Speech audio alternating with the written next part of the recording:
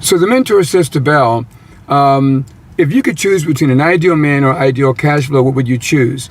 Now, in real life, away from the script, what would you choose? Would you choose the ideal cash or the ideal man? The ideal man. Ideal man. Definitely. And you know what's so interesting? That women over the age of 35 were all saying ideal man. And a lot of the women that we spoke to that were in their 20s and early 30s were saying they wanted the ideal cash. Why do you think that is?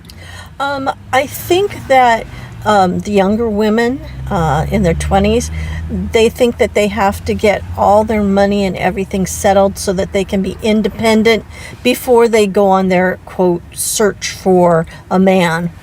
If you were in your 20s, would you go for the cash first, or would you still go for the ideal man? Remember, we're talking an ideal man. Right. Not any man.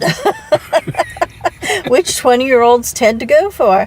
I think at my age and knowing what I know now, at 20 years old, if it's the ideal man, that would still be the perfect choice. That would definitely be the best choice. Okay. Now, in the voice of the character Belle, she says that she would definitely choose an ideal man, and she says someone who would offer her the same positive energy that she would give to him. So my question to you is, what kind of positive energy do you have that you can bring to a relationship? Well, first of all, the positive outlook. I have always believed that a positive mental attitude is going to get you into a positive situation.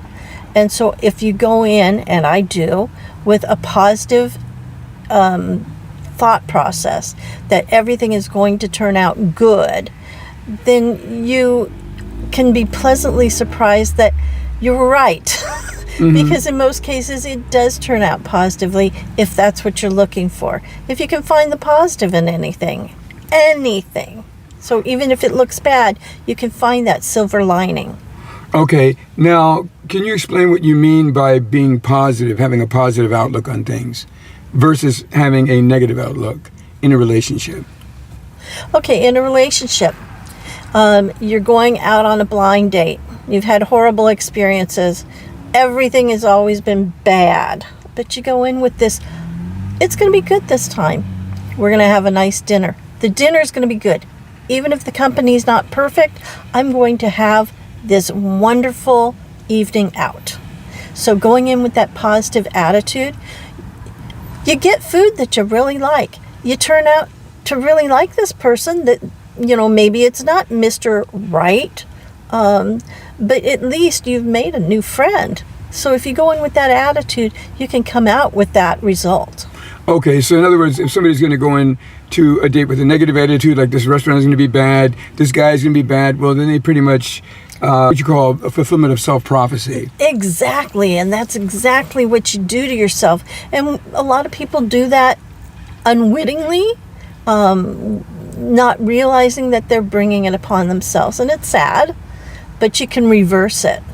You can reverse it by having that thought process that this is going to be good. Okay, so let's say you're on a date just for a minute, and you're about to have dinner. Now you had dinner, you enjoyed your dinner, but now the guy wants to go 50-50 on the check. Would you perceive that as negative or positive? I would think of that as negative in my mind, probably. That's what I would How think. would you turn that into a positive? Because remember, you have a positive attitude, and the guy is saying, well, let's split the check here because, you ate a steak dinner, and all I had was a salad, so mine is only $6. Yours is $57.